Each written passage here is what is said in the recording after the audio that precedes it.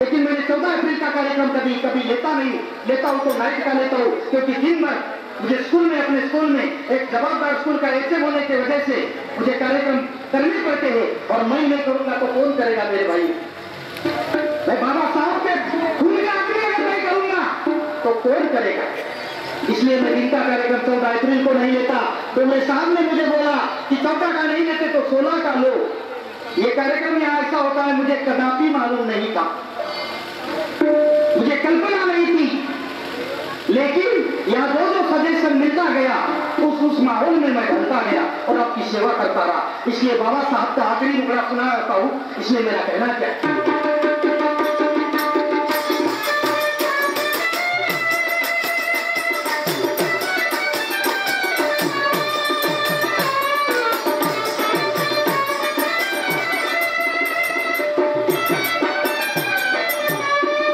बाबासाहेबांनी घटना लिहिली, परंतु लोकांचं नाव होतं आणि म्हणून मला काय म्हणायचं, फक्त एकदा भीमाचा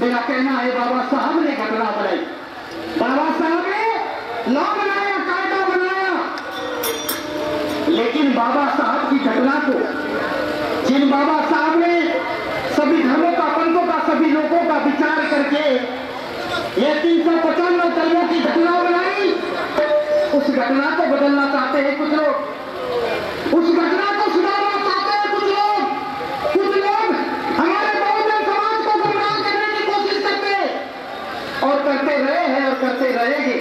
मेरे भाइयों, आपसे निवेदन है मेरा, अगर आप अंग्रेजी नहीं पढ़ सकते तो हिंदी में घटना मार्केट में अवेलेबल है, हिंदी में उसकी आवृत्ति मार्केट में अवेलेबल है, वो लो और वहां का 340वां कलम पढ़ो, 340वां कलम पढ़ो। सबसे पहले बाबा साहब ने किन बहुजनों का विचार किया है? तेली कुलबी मारी, तेली कुलबी मारी या लोकांचा विचार केला। 340व्या कलमामध्ये म्हणजे फर्स्ट क्लास गुन्हा दिला या ओबीसी समाजाला दिलं बाबासाहेबांनी. त्याच्यानंतर 341व्या कलमामध्ये बाबासाहेबांनी एसटीचा विचार केला, ज्याला गोल आणि हलवा म्हणतो आपण, त्या लोकांचा विचार केला 341व्या कलमामध्ये.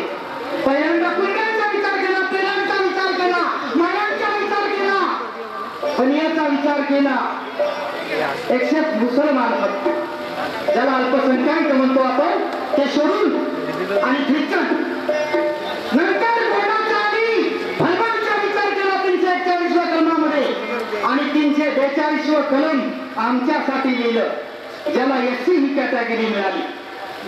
परंतु या लोकांचं म्हणणं आहे, या दोन लोकांचं 41 आणि 42 वाल्या कलमांचं, 40 आणि 41 कलमांच्या लोकांचं म्हणणं आहे कि बाबा साहब ने खाली मैरों के लिए किया, बाबा साहब ने खाली मैरों के लिए किया, इसीलिए ये लोग हमारे साथ कभी नहीं आते. मेरे भाइयों, जुळला का तुमच्याशी व्ह्यूअर, जुळला का तुमच्याशी गोल.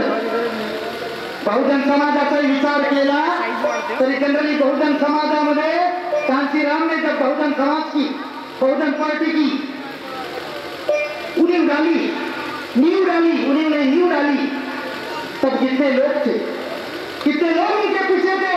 लेकिन बीएसपी भी पीछे पीछे आरपीआई जैसी होती जा रही, क्योंकि हमारे बीएसपी में साथ के बहुजन मुक्ति आंदोलन में जुड़ने वाले लोग खाली हम होते, दिल से और दिमाग से सोचते हैं और दिल से जुड़ जाते हैं. लेकिन ये 340 और 41 कलम के जो लोग हैं, ये हमारे साथ एक्सटर्नल जुड़ते हैं, इंटरनल कभी जुड़ते नहीं. तो इनको इंटरनल जोड़ने की कोशिश करनी है हमें. इसलिए बाबा साहब ने क्या कहा है, जरा सुनिएगा.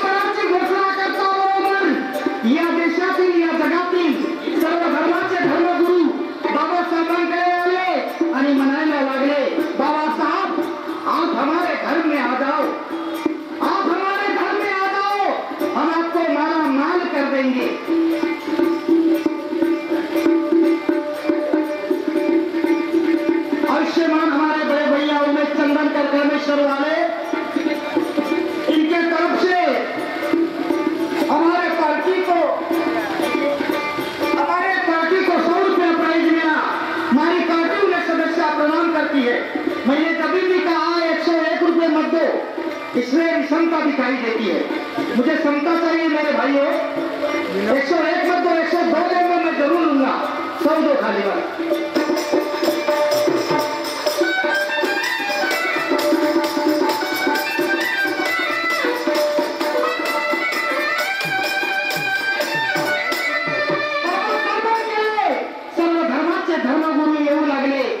और कहने लगे बाबा साहब अम्बेडकर जी, आप हमारे घर में आ जाइए, हम आपको माला माल कर देंगे। अरे इतना माला माल कर देंगे कि इस महाराष्ट्र का टाटा बिरला भी आपके सामने झुकता नजर आएगा। लेकिन बाबा साहब ने वो विचार नहीं किया, क्योंकि बाबा साहब को चिंता थी हमारी, बाबा साहब को लगन थी हमारी, बाबा साहब को दुखता हमारे बारे में।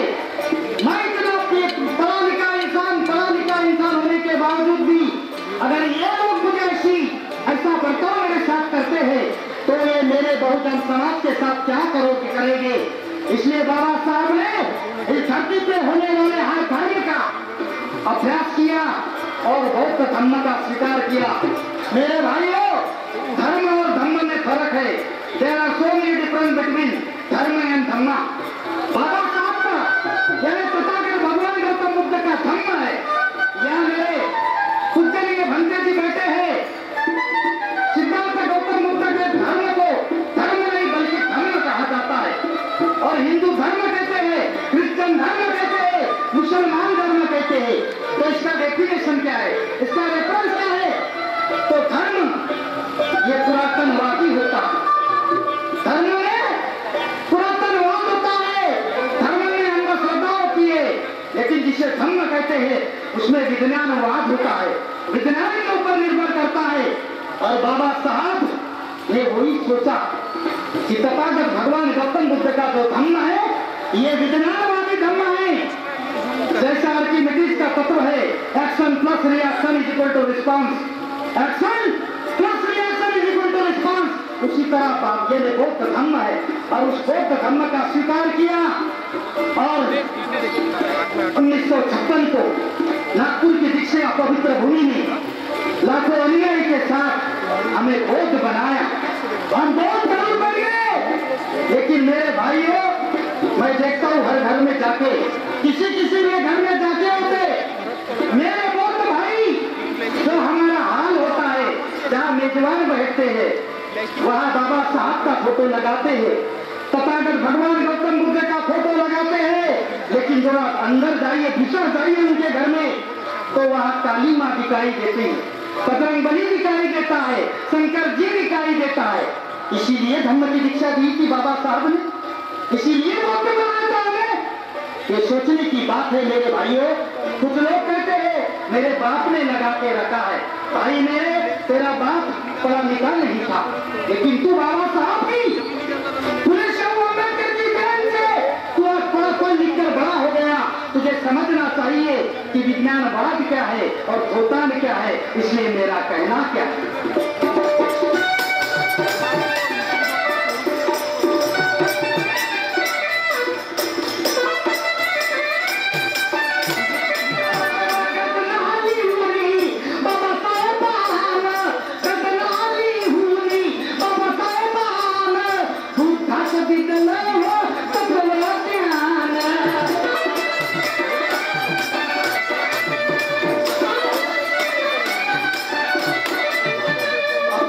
म्हणतो, काही लोक म्हणतात, काही लोक म्हणत नाही। आपल्याला 22 प्रतिज्ञा सांगण्यात आल्या। प्रत्येक धर्माची शिकवण आहे, खोटं बोलू नये, चोरी करू नये, आघात करू नये, दारू पिऊ नये तर पितो। डॉक्टर सांगतात alcohol is must be essential for the human body. मानवाच्या शरीरासाठी अल्कोहोलची आवश्यकता आहे आणि अल्कोहोल जर कुठून मिळत असेल तर ते दारूत मिळतं जास्तीत जास्त प्रमाणात। आणि म्हणून आमचं मायबाप सरकार एकीकडे दारूबंदी म्हणते, पण एका दुकानाला त्याच गावी परमिशन देते। आता याचा तरी सरकारचा फायदा आहे। कसा फायदा आहे की सर्वांच्या तर या दारूच्या दुकानातून मिळतं आणि म्हणून कुछ पाने के लिए कुछ खोना पड़ता है और इसीलिए ये जब तक हमें समझता नहीं मुझे तो लगता नहीं कि हम बाबा साहब के अनुयायी हैं।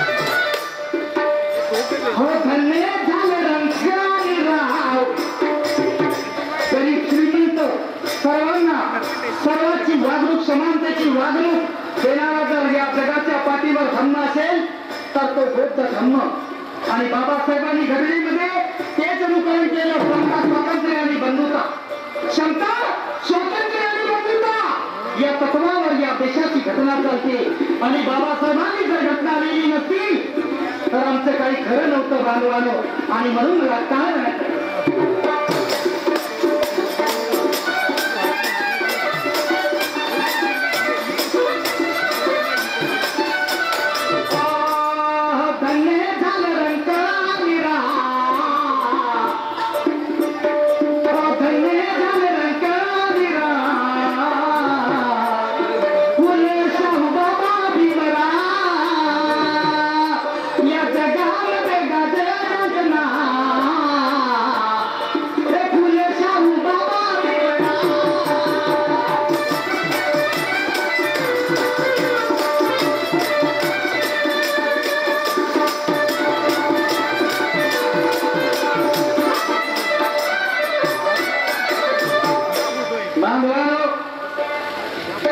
आपले 3 सण येतात वर्षातून 14 एप्रिल 6 डिसेंबर आणि एक बौद्ध पौर्णिमा। बौद्ध धर्माविषयी बोलतो आहे मी, बौद्धाच्या फिलॉसॉफी बोलतो आहे, डॉक्टर बाबासाहेब आंबेडकरांच्या फिलॉसॉफी विषयी बोलतो आहे। फक्त आपले 3 सण येतात जिसे ये तो है इंडिया का त्योहार। अभी आप टीवी पे हर रोज सुनते हो IPL चल रहा और ये तो है इंडिया का त्योहार जहाँ करप्शन होता है, फिक्सिंग होती है और ये तो है इंडिया का त्योहार। क्या प्रणाली है, क्या व्यवस्था है हमारे देश की। तो हमारे 3 त्योहार आते हैं साल में, जैसे कि 14 अप्रैल बाबा साहब की जयंती, 6 दिसंबर महापरिनिर्वाण दिन कहते हैं और बौद्ध पौर्णिमा आती है 5वें महीने में। तो मेरे भाइयों इन 3 त्योहार को मनाने की कैपेसिटी ऐसे लोगों में होती है जो तुम्हारे सामने बैठे। इनका गौरव करना चाहिए कर्मेश्वर वासियों ने। मैं सोचता हूँ कि ऐसे विभूति तो मेरे जैसे विभूति हमारे भंडारा में अगर आए तो मरते दम तक मैं उसका साथ दूंगा, मरते दम तक। लेकिन ऐसा कोई माई का वाला हमारे भंडारा दिया नहीं और नहीं करता और हमें ऐलान करना पड़ता है। आज बाबा साहब की जयंती है, इसलिए मेरा नम्र निवेदन है कि जितने भी बौद्ध निवासी बांधव है उनको यहाँ इकट्ठा आना है। जो ऑर्गेनाइजर रहता उसके घर का काम है, नहीं उसके घर का काम है क्या? तुम्हारा फर्ज नहीं बनता बिन बुलाए जाओ। होली मनाने तो जाते हो बिन बुलाए, दिवाली में फुलझड़िया उड़ाते हो बिन बुलाए। लेकिन जिन महामानव ने, जिन बाबा साहब की बदौलत है कि तुम्हारा अस्तित्व है, मेरा अस्तित्व है, और उस बाबा साहब की जयंती के दिन लोगों को बुलाना पड़ता है। अभी कार्यक्रम चालू हो रहा है, खेल की बात बताता हूँ मैं, क्या तो की बात बता आता तो वेळा जयंतीच्या कार्यक्रमाला सुरुवात होत आहे, तरी सर्व बौद्ध निवासी बांधवांना माझी आग्रहाची विनंती आहे की त्यांनी झेंडा खाली यावं। 10 वेळा नमस्कार करतो बिचारा तो कार्यकर्ता, पण आमचा हा बौद्ध माणूस कधी जातो कधी जात नाही, ही मेंटॅलिटी आमच्यामध्ये निर्माण झालेली आहे। आणि ही मेंटॅलिटी जोपर्यंत तुलत नाही, ही मानसिकता तुमची बदलत नाही, नाही की खरी तुम्ही बौद्धाची अनुयायी आहात, बाबासाहेबांची अनुयायी आहात आणि ते मिटवण्याचं काम, ते तुमच्यामध्ये चेंज करण्याचं काम आमचे डोंगरे भाऊ करत आहे. मी त्यांना कोटी कोटी प्रणाम करतो, त्याची स्तुती करतो म्हणून नाही, असं म्हणून नाही की त्यांनी मला हा स्टेज प्राप्त करून दिला म्हणून मी त्यांची स्तुती करतो म्हणून नाही. जेव्हा त्यांची माझी 4 वर्षापूर्वी भेट झाली, त्यांनी जेव्हा सांगितलं तेव्हा त्यांच्या विचाराशी मी जुळलो आणि जुळत राहील. तर बांधवानो,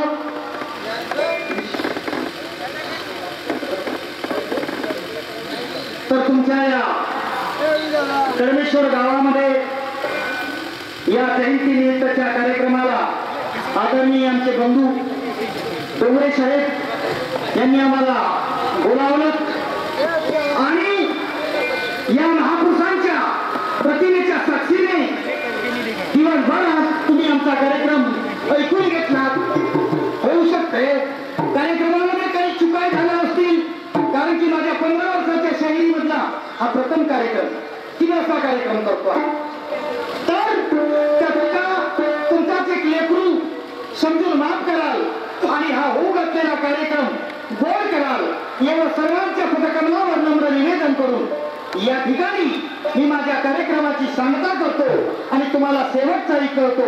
अजी आज की मुलाकात बसली तनी, आज की मुलाकात बसली तनी, कर लेना हमसे मुलाकात तनी.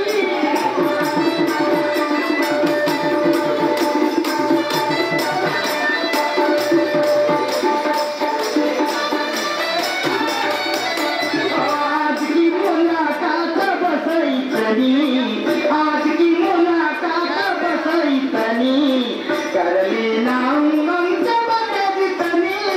आज की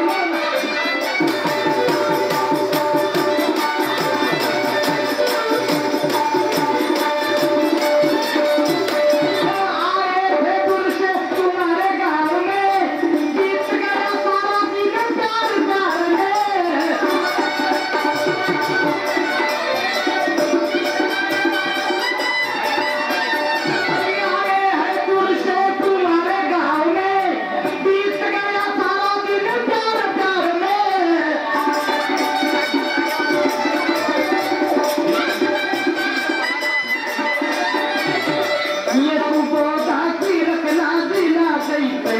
ये सुबह